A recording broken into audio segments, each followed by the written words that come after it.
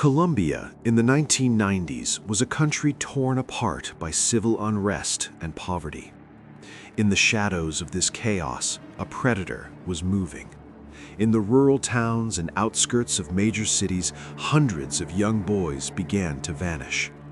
Because many were street children, homeless and looking for work, their disappearances were often ignored by a government overwhelmed by cartels and war.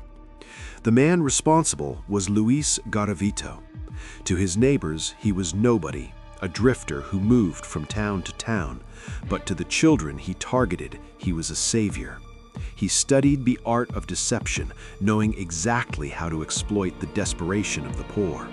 He wasn't just a killer, he was a master of the long con, building trust in a world where these children had no one else to turn to. Garavito's success lay in his ability to blend in. He carried a bag full of disguises, glasses, fake IDs, and various sets of clothes. He would pose as a monk, a street vendor, a representative of a charity, or a businessman looking for an assistant. He would offer a child a small amount of money or a soda in exchange for a few hours of work. He would lead them on long walks into the high grass or the dense Colombian jungle, far away from the eyes of society. Once they were isolated, the kind businessman disappeared. He was a meticulous predator who kept a notebook detailing his crimes, hidden away like a dark ledger of his life's work. The scale of the horror only came to light in 1997 when a mass grave was discovered in the city of Pereira. Police found the remains of dozens of victims, all killed in the same specific ritualistic manner. The sheer number of bodies forced the government to create a special task force. Investigators began to see a pattern across several different Colombian states. They realized they weren't looking for a local killer, but someone who was traveling the entire country. The breakthrough came when a man tried to kidnap a child in a public area and was chased down by bystanders. When he was brought into custody, police found his notebook. Inside were sketches, maps, and a tally that eventually climbed to over 140 confirmed victims, though experts believe the true number is over 300. The capture of Luis Garavito led to a moment of national reckoning. In the interrogation room, he confessed with a chilling, calm demeanor, even offering to help police locate more graves. But the biggest shock was yet to come. Due to Colombian law at the time, the maximum sentence for any crime was only 30 years, and because he cooperated, his sentence was reduced even further. The idea that the most prolific serial killer in history could one day walk free sparked riots and calls for legal reform. Garavito spent his final years in a maximum security prison, claiming he had found religion, though he never showed true remorse for the lives he stole. He died in 2023, leaving behind a legacy of trauma that forced a nation to realize its most vulnerable citizens were the ones who needed protection the most.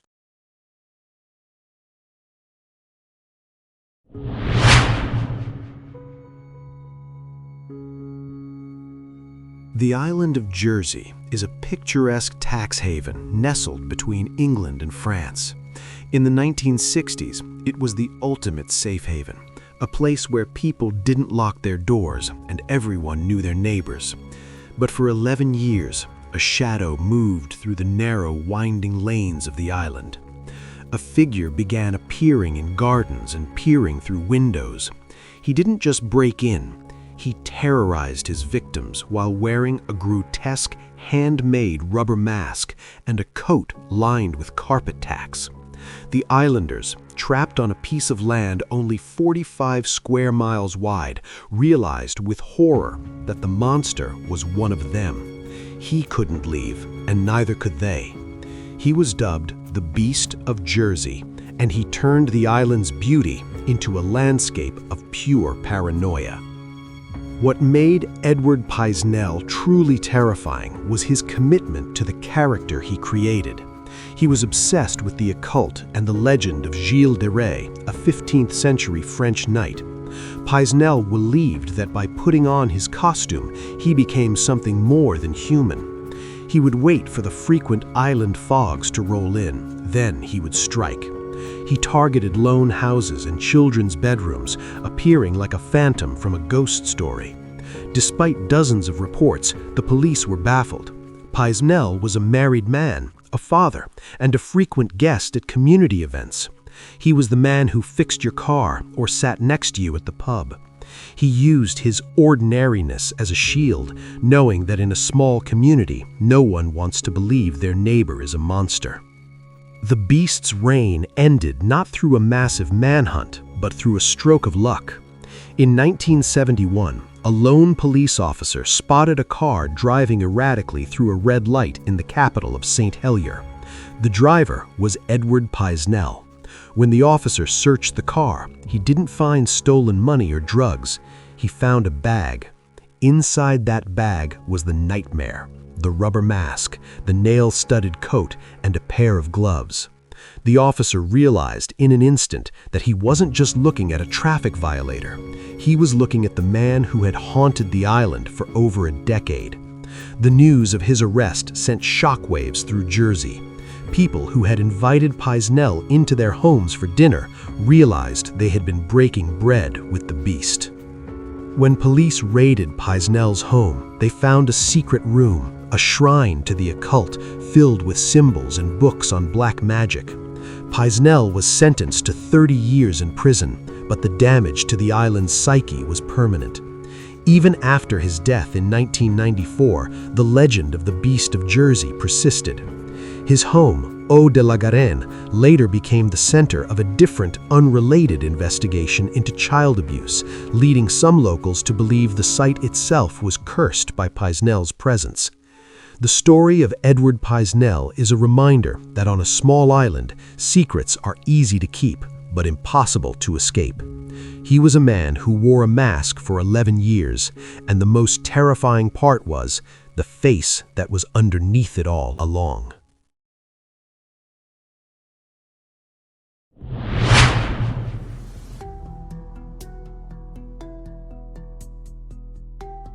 Austin, Texas, 1884. Back then, Austin was a frontier town trying to find its identity. But that Christmas Eve, the holiday spirit was shattered. A young woman named Molly Smith was dragged from her bed while she slept and murdered in her own backyard. It was the start of a year-long reign of terror. The killer didn't use a gun or a Bowie knife, he used an axe. And he moved with a silence that seemed supernatural. He targeted women, mostly servant girls, entering their small cabins in the middle of the night. There were no fingerprints, no DNA, and no witnesses who could describe his face. The town didn't just feel hunted, it felt haunted. The press didn't have a name for him yet, so they called him the Servant Girl Annihilator. By the summer of 1885, the city was in a state of total collapse. People stopped going out after dark, business owners were losing money, and the police were being mocked in the newspapers. The city council came up with a radical, futuristic solution to catch the killer. They would turn night into day. Austin invested in 31 moonlight towers, massive 165-foot-tall iron structures equipped with carbon arc lamps. The idea was that the killer thrived in the shadows, so the city would simply erase the shadows. These towers bathed the entire city in a pale, artificial moonlight.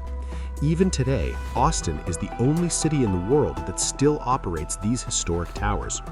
But even under the glare of the lights, the killer managed to strike one final devastating blow on Christmas Eve of 1885, killing 2 prominent socialites. The police were desperate. They arrested hundreds of people, but they had no evidence.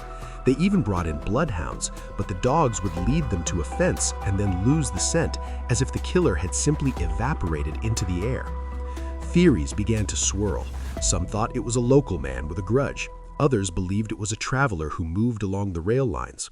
One of the most prominent suspects was a Malay cook named Maurice, who worked at a local hotel. Shortly after he was questioned, he disappeared from Austin. This is where the story takes a turn that has obsessed historians for over a century. In 1888, 3 years after the Austin murders stopped, a series of eerily similar crimes began in London, committed by Jack the Ripper. Both killers targeted women at night, both used sharp instruments with surgical precision, and both seemed to have an intimate knowledge of the shadows. The reporter at the time noted that a Malay cook had been seen in London around the time of the Ripper murders. Could the servant girl annihilator have been the prototype for the world's most famous serial killer? We may never know. The Austin case remains officially unsolved. The Moonlight Towers still stand as silent sentinels over the city, a permanent monument to a year of darkness that changed the face of Texas forever.